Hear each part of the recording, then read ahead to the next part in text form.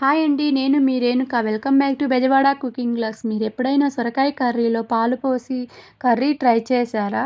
ఇది చాలా అంటే చాలా టేస్టీగా ఉంటుందండి. ఒక సొరకాయని తీసుకొని చిన్న చిన్న ముక్కలుగా కట్ చేసి పెట్టుకోవాలి. అలాగే ఒక కడాయిలో ఆయిల్ వేసుకొని అది హీట్ అయిన తర్వాత తాలింపు గింజలు, ఎండుమిర్చి, కరివేపాకు కూడా వేసుకోవాలి.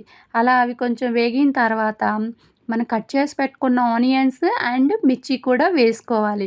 అవి కొంచెం బ్రౌన్‌గా వచ్చేంత వేయించుకున్న తర్వాత మనం కట్ చేసి పెట్టుకున్న సొరకాయ ముక్కలను కూడా అందులో వేసుకోవాలి.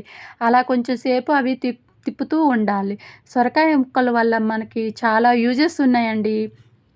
అవి మనం వెయిట్ లాస్ అవ్వడానికి కానీ అండ్ మన స్కిన్‌కి కానీ, మన హార్ట్‌కి కానీ, మన డైజెషన్‌కి కానీ చాలా హెల్ప్ అవుతుందండి.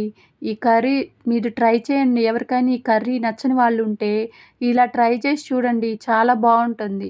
ఫస్ట్ మన చిటికెడు పసుపు అండ్ రుచికి తగ్గ సాల్టు వేసుకోవాలి. అలాగే 2 స్పూన్స్ కారం కూడా వేసుకోవాలి.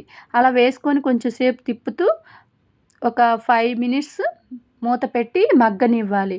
సొరకాయలో ఆ వాటర్ కంటెంట్ ఎక్కువగా ఉంటుందండి.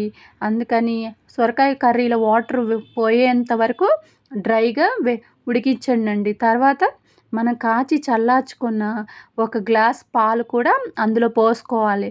అలా పోసుకున్న తర్వాత కొంచెం సేపు 5-6 మినిట్స్ కొంచెం సేపు ఉడికించాలండి. అంతేనండి, చాలా గ్రేవీగా ఈ కర్రీ చాలా టేస్టీగా ఉంటుంది. అన్నంలో కానీ, చపాతీలో కానీ చాలా బాగుంటుందండి. మీరు కూడా ట్రై చేయండి. ఈ కర్రీ మీకు నచ్చితే ప్లీజ్ లైక్ అండ్ సబ్స్క్రైబ్ చేయటం మాత్రం మర్చిపోవద్దు. మా ఇంట్లో అయితే మా పిల్లలు ఈ కర్రీలోకి చిప్స్ అడిగారండి. అందుకని నేను ఇలా నూనె వేసి కొంచెం అవి హీట్ అయిన తర్వాత ఆనియన్ చిప్స్, గొట్టాలు అవి కూడా వేయించానండి. చాలా బావుంటుంది. మీరు కూడా మీ పిల్లలకి కానీ, పెద్దవాళ్ళు గానీ అందరూ ట్రై చేయండండి. ప్లీజ్. Thank you friends.